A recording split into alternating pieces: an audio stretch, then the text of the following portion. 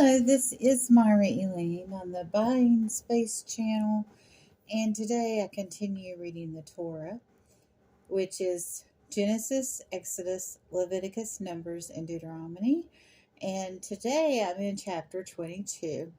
And for those of you that think the Levitical laws are boring, today we will be covering what happens when a virgin is taken advantage of, bestiality, and what you should do with a witch. I kid you not.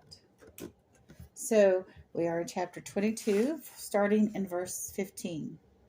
And if a man seduce a virgin that is not betrothed and lies with her, he shall surely endow her to be his wife. If her father refuse to give her to him, he shall pay money according to the dowry of virgins. Sometimes he pays with something else, like, I don't know, a spear through the heart. Thou shalt not suffer a witch to live. So the Bible tells us to kill witches. Oh my goodness. And whosoever lieth with a beast shall surely be put to death. He that sacrifice unto any god save the Lord only shall be utterly destroyed. And a stranger thou shalt not vex, and shall not oppress him, for strangers ye were in the land of Egypt. That might apply to, I don't know, the people coming into the United States on the Texas border.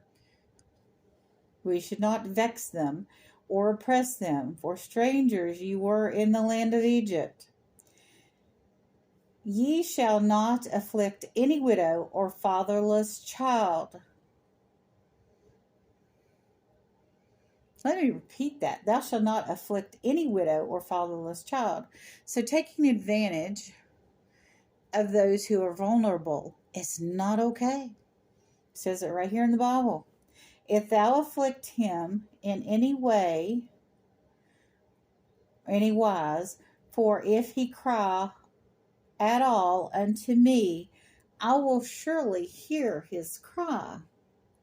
My wrath shall wax hot, and I will slay you with the sword, and your wives shall be widows, and your children fatherless. Wow. And in media, what goes around comes around. If thou lend money to my people, to the poor, for by thee thou shalt not demand of him, neither shall ye lie upon him usury. This is exactly what the Zionists did. They used compound interest to become wealthy. If thou take at all thy neighbor's remnant in pledge, thou shalt restore it unto him by the time the sun goeth down. So you take your neighbor's clothes, blankets, their remnants, their cloth. You have to restore it before the sun goes down. For it is his only covering. It is his remnant. For his skin, where shall he sleep? And it shall come to pass, when he crieth unto me, I will hear, for I am gracious. The judges thou shalt not revile, and the prince among thy people thou shalt not curse. Wow, we were supposed to respect the princes among us. And I guess in democracy, that would be our governmental leaders, right? The first of ripe fruits and of thy liquor shall thou not delay to offer. The firstborn of thy sons thou shalt give unto me. In like manner shalt thou do with thy ox, with thy sheep. 7 days it shall be with its mother, and on the 8th day thou shalt give it to me. And the holy men ye be unto me. And flesh that is torn of the beasts of the field shall ye not eat. The dogs shall cast it. So I don't know how anybody thinks the Bible is boring, because these laws and how revealing they are is, I don't know, I find a pleasure in reading these laws, especially like when I was growing up. If there was a man in the community that took advantage of a woman, or if he beat his wife, the men in the community would come together and they would go beat up that man. And I'm not advocating violence, but you know what? It worked.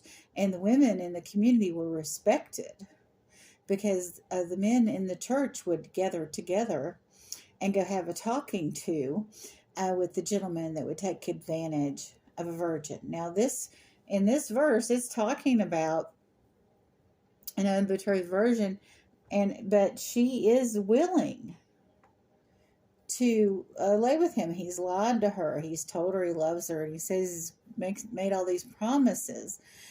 So the people in the community would make sure that he kept those promises.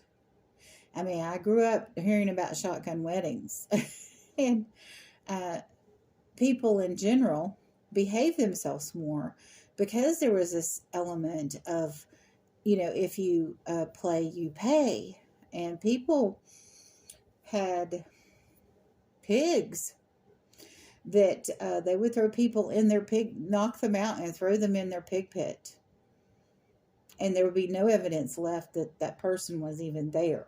I mean, people did not mess around with other people. I have an ex-boyfriend, and I think it was his great-great-grandmother had a husband that was cheating on her with a local woman.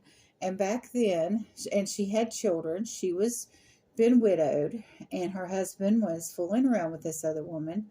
So her family, after her husband died, the rest of her family was in another county.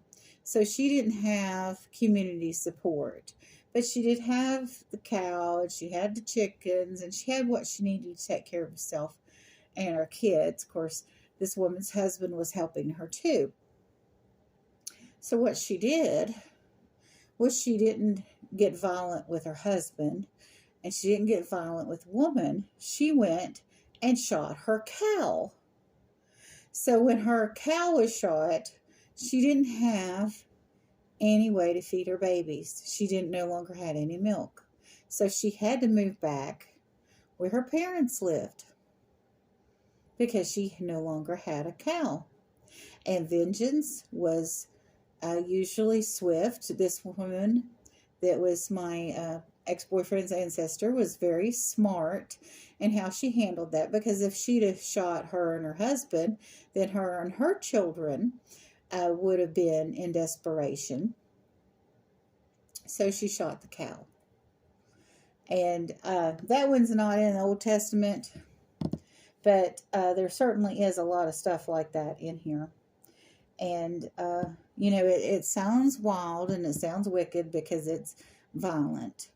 But when people are in more of a survival mode, and you are surviving through agriculture and hunting, and not the division of labor we have now, where if you lose one stream of income, you can maybe find another. That wasn't the case in these days. So things were leaner and meaner. And I'm just astounded about thou shalt not suffer a witch to live. Wow, the original witch hunters. And I understand now why the people of Salem kind of went, of course, there was a fungus that was causing a mental illness, and people were selecting out people to be witches that were just not popular in the community, and that sort of things happen.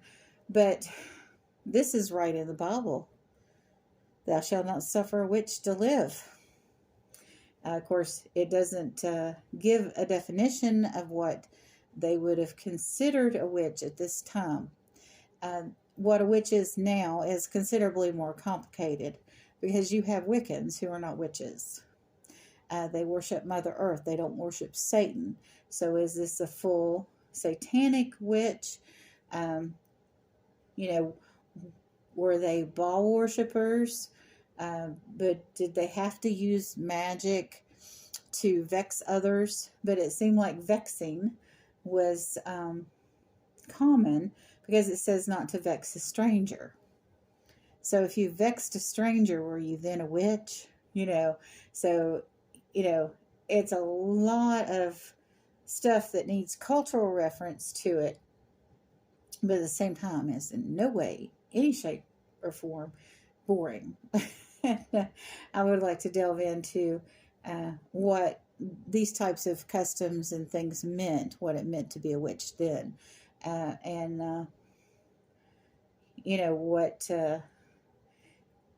who in the community would be doing this. Would this be the Levite men? Would this be, who would this be exacting this justice among the Hebrews? So anyway, every passage I read, sometimes I get more questions to answer than I have answers to the questions I already have sometimes. But you all have a wonderful and blessed day, and this is still a lot of stuff to think about for sure.